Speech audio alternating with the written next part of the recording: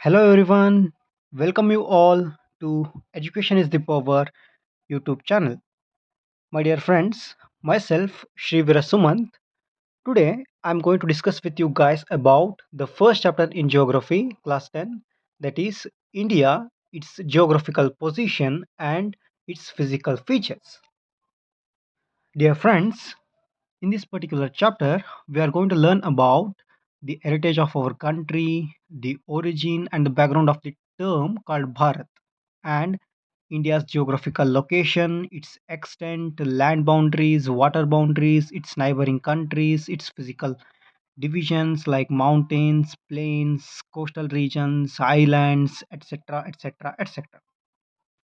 So, without any further delay, let's get started. So, dear friends, without before I begin to this chapter, I'm going to tell you about one thing that I'm going to cover this chapter in such a way that I have divided this chapter into two parts, that is part 1 and part 2.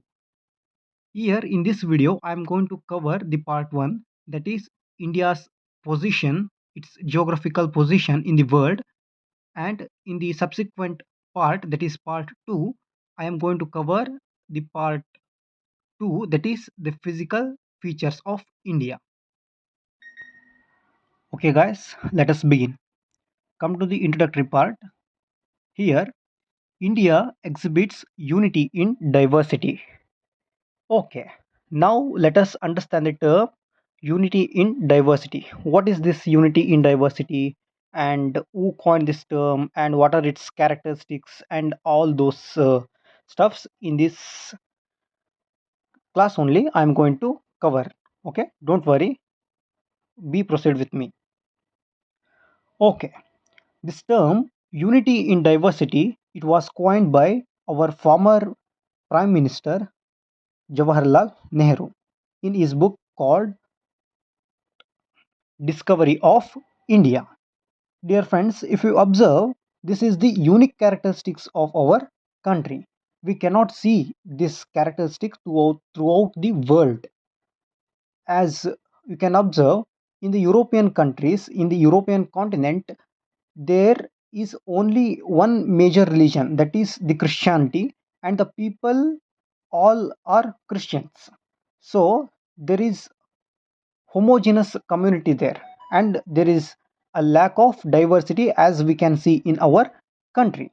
So this diversity is only confined to our India to a large extent. So we observe the diversity in so many respects. So the first thing is that the physical features. Okay, when we think of the physical features, we have the mountains, the plateaus, the plains, the deserts, the coastal landforms, the islands, all other physical features, the minor physical features. When we talk about the mountains, we have the Himalayas, the Haravalis, the Vindhyas, Satpuras, the Western Ghats, Eastern Ghats, the Northeastern Eastern, hills, the Purvanchal. Okay, and when we talk about the plateaus, we have the Deccan Plateau, we have the central islands. Okay, and then the plains, the Indo-Gangetic plains, the most fertile plains we can say, and the deserts, the hot deserts, that is the Marustali region in Rajasthan, that is nothing but the Thar desert, and the cold desert in the Ladakh part of India, that is the erstwhile state of Jammu Kashmir. Okay, and we have the coastal landforms, that is the beach. We have the uh, islands, that is the Andaman and Nicobar group of islands, and the Lakshadweep islands. Okay, and we have the climatic conditions also differing. Okay, now we have the Western Ghats, the Meghalayas, where we can observe the rainfall, the annual rainfall of more than 200 centimeter.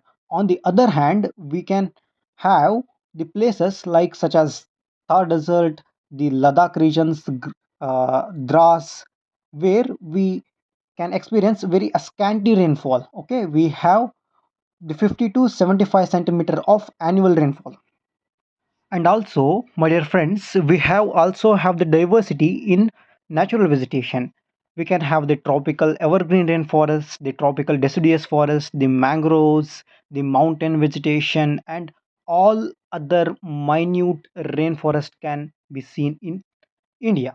So we have the tropical evergreen forest where we can have the trees which are very tall in nature, and we have a very abundant range of flora and fauna there.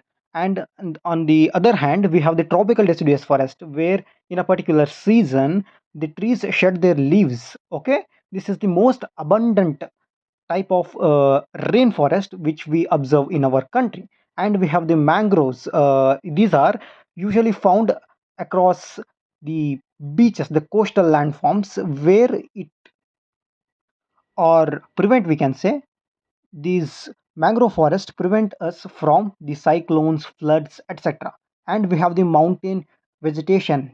Those are very rich in herbs, which can be used as the medicinal uh, plants and all other stuffs.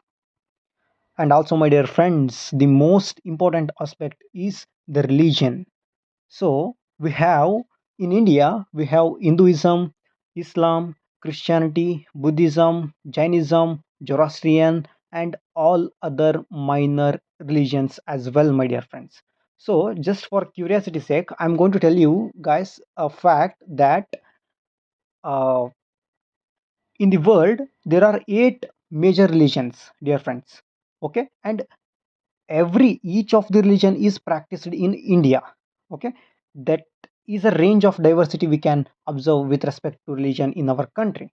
So my dear friends, because of the diversity, such a huge diversity we observe in our country with respect to religion, the climatic conditions, the natural vegetation, and all other stuffs, we can say that